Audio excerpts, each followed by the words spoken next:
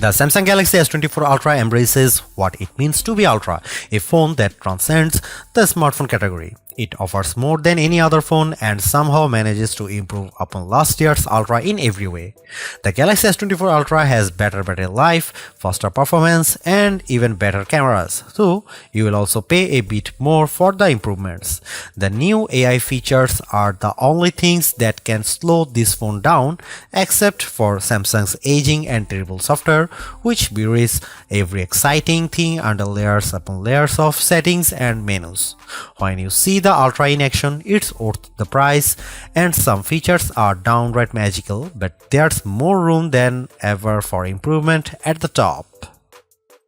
The Samsung Galaxy S24 Ultra is more expensive at launch than last year's Ultra, and the difference is going to hurt more. The Galaxy S23 Ultra was already packed with features, and there's nothing so big and new in the Galaxy S24 Ultra. It just got a little bit better in a lot of ways. The real value could come down the road thanks to Samsung's promise to deliver 7 years of major Android and security updates. That length of long-term support was unheard of only last year, but now we have 7 years of support for the best Android phones, with Apple lagging behind offering only 5 years of support. Samsung can promise breathlessly, but until we get to year 7, we won't know if it will truly deliver. Apple has literally delivered on the long-term promise a dozen times already across a wide range of iPhones. Google and Samsung not once. There is already reason to be skeptical. Buried in Samsung's latest terms of service is a notice that the current slate of AI features may only remain free for a limited time. Frankly, we have no idea what that means, and it's too early to speculate. But it is weird in a way that seems like Samsung is building legal backdoors to weasel out of expectations. Apple doesn't do that, only time will tell if Samsung holds up. I bought a Galaxy S23 Ultra last year, trading a Galaxy S21 Ultra for it, and I am sad to report that trade-in deals and discounts at launch are not as enticing as they were a year ago. If you are trading up from last year's model, expect to pay hundreds over your trade value.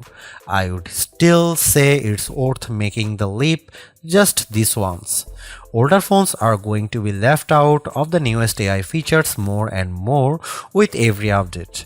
That means values could plummet the first time Samsung delivers bad news and drops the features built-in on the Galaxy S22 Ultra or something even newer. Is this phone worth such a high price? If you are asking that question, you are viewing wrong review. You want the Galaxy S24 Plus, which is probably worth it.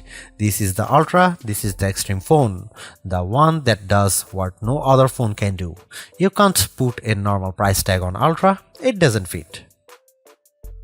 The Galaxy S24 Ultra is indistinguishable from the Galaxy S23 Ultra, which doesn't mean there are no differences, but rather the changes are inconsequential. The speaker grills are different, the microphones moved a bit, but mostly the new phone looks like the old phone. That's too bad, because while Samsung's Ultra phone oozes a certain refinement, it isn't very interesting at a glance. A deeper inspection is rewarding. The black glass is layers upon layers of metallic paint, which gives the phone an eerie depth, especially in the ghostly natural grey titanium finish. The violet finish is my favorite, with a great contrast against the polished metal. Samsung pays great attention to detail when it comes to color, materials, and finish. Each color has a subtly hued frame that complements the new Gorilla Glass armor back. The titanium black is all black, while other color options age into warmer frame tones. Apple fans like to point out of the symmetry of their phone as a pinnacle of its design. Frankly, Samsung is more smart than symmetrical. I prefer having power and volume buttons on the same side. It means I don't fill my photo gallery with accidental screenshots every time I grab my phone. Like Apple, Samsung has opted for titanium on the frame this year, but it doesn't make as much difference as it does on my iPhone 15 Pro Max. The Pro Max managed to shed considerable weight this year versus last year, about half an ounce. The Galaxy Ultra, it's a single gram lighter at most. If you have never played with an Ultra, you really need to pick one up and pop the pen. Did you know the S Pen clicks? There is no reason for it. It could just pop out, spring-loaded, but instead the S Pen has a clicky top that is extremely satisfying. Oh, the S Pen is also motion sensing stylus with a Bluetooth camera remote button, but Samsung hasn't neglected the clicky top. Of course, the S Pen isn't just built for fun, it's one of the most surprisingly capable accessories ever. It is as precise as a professional drawing tool, not like a big, clumsy, rubber-tipped stylus that you can buy for an iPhone. It also has Bluetooth built in, so the side button can act as a remote control for other features on your phone, especially the camera. That's right, the Galaxy S24 Ultra ships with a remote camera shutter release, which is an accessory I actually bought to go with my Nikon DSLR. The Galaxy S24 Ultra is flat this year, ending a run of screen curvature that began with the double black diamond slope of the Galaxy Note Edge and subtly resolved itself into a signature Samsung look that refined and reduced the effect of the bezel around the edges. On the front and back, Galaxy S23 Ultra has gently rounded curves that make the phone feel much nicer to hold. The Galaxy S24 Ultra is more sharp, and though it isn't uncomfortable, it feels conspicuously big. The display on the Galaxy S24 Ultra is excellent, as good as you'd hope to find on a premier smartphone. It's huge, bright and colorful, especially using the vivid color tone option. There are plenty of adaptations for this display, including adaptive brightness and color tones that measure ambient lighting and adjust the display to look its best. In bright outdoor light, the display can boost to a stunning 2600 nits, which isn't quite the brightest you can find, but you won't need any brighter. Even more interesting might be the extra dim option. The Galaxy S24 Ultra can maintain good color fidelity even down at 1 nit of brightness.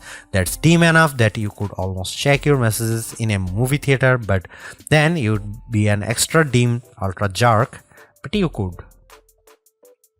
There is an always on display mode, but Samsung also still makes its unique S View cases, which provide a small window for time, weather and notifications peeping through a wallet cover case. It's a very cool case feature that Samsung never abandoned, even if we haven't checked them out for a while. Could the Galaxy S24 Ultra display be any better? Absolutely. There are phone displays that can reach 144Hz refresh rate too, that may be faster than a human eye can actually see. It would be nice to Samsung to give up the fight against Dolby Vision on its phone displays and TV sets. If you watch a lot of Netflix shows, looks better when you compare a display with Dolby Vision against a display without. It seems like a silly omission for Samsung not to support Dolby's HDR video standard when it supports Dolby Audio.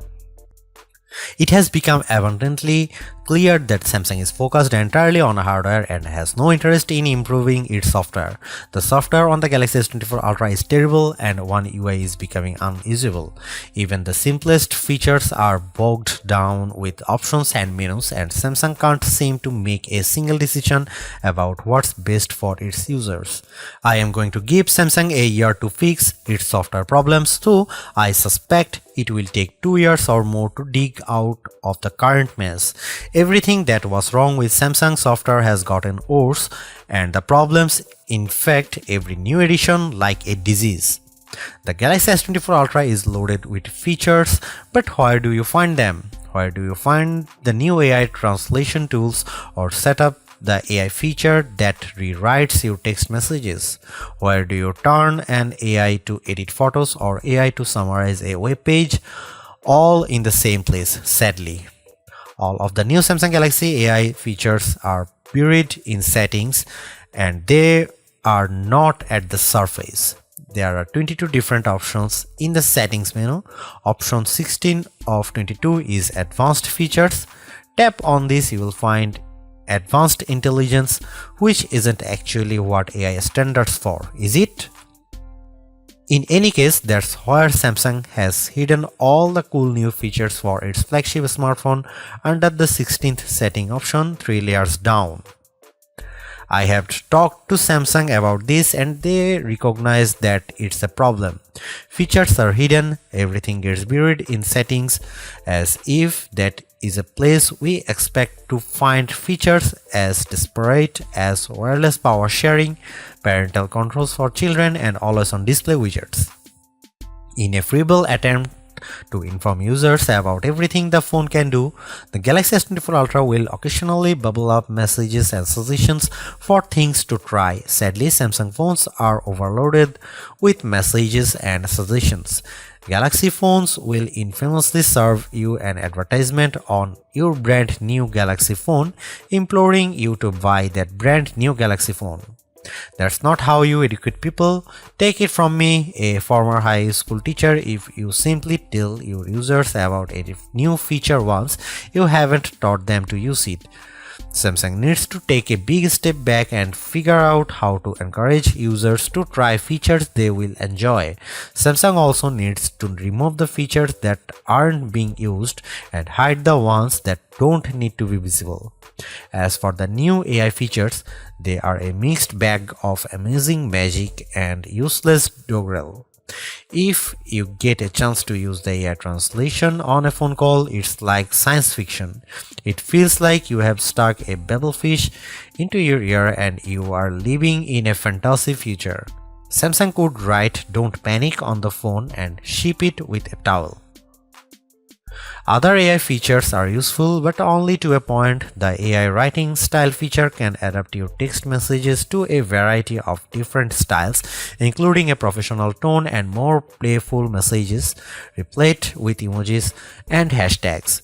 In practice, the difference were not very useful, and I mostly just stuck with what I had written. Samsung also overpromised on this feature. I distinctly remember reps saying the phone would convert my words to Shakespeare, but I have seen nothing like this on my S24 Ultra.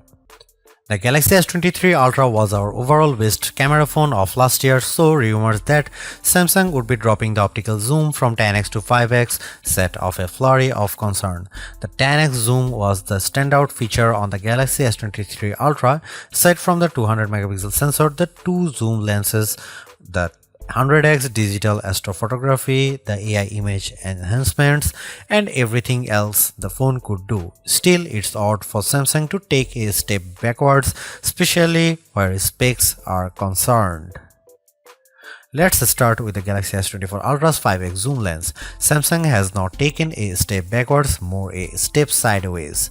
The Galaxy S24 Ultra still has the best zoom camera you can find on a smartphone. It's better than the Galaxy S23 Ultra's 10x zoom, and it's much better than the 5x zoom you will find on the iPhone 15 Pro Max most of the time, like when you are really using the zoom to its full extent. When you zoom in to 10x or even 100x, the Galaxy S24 Ultra produces images with better color and much better dynamic range than the Galaxy S23 Ultra. Where the older camera made images look flat, you will see more depth and shadow with the Galaxy S24 Ultra. What you won't see is plenty of detail. Samsung has sacrificed the fine details in images for better overall quality. It's good trade. Those 10x and 100x zoom images from the S23 Ultra look terrible. Sure, you could make out some details, but they are mixed with noise and blur like a virtual chopped salad.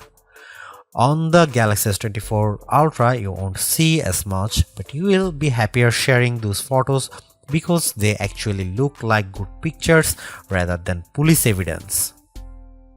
Check out some camera sample from Galaxy S24 Ultra and some comparison between Galaxy S24 Ultra, S23 Ultra or iPhone 15 Pro Max.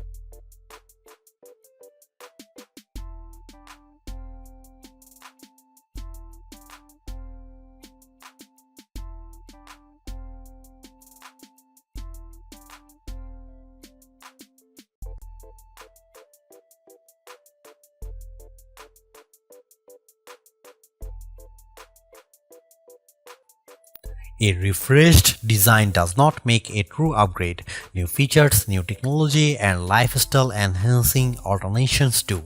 And the Samsung Galaxy S24 Ultra has all of these along with seemingly every other features or specification bump you could want from a new phone. Not only is it worth buying if you don't already own a Galaxy Ultra phone, I'd even say it's worth buying if you have a Galaxy S23 Ultra. It's really that good.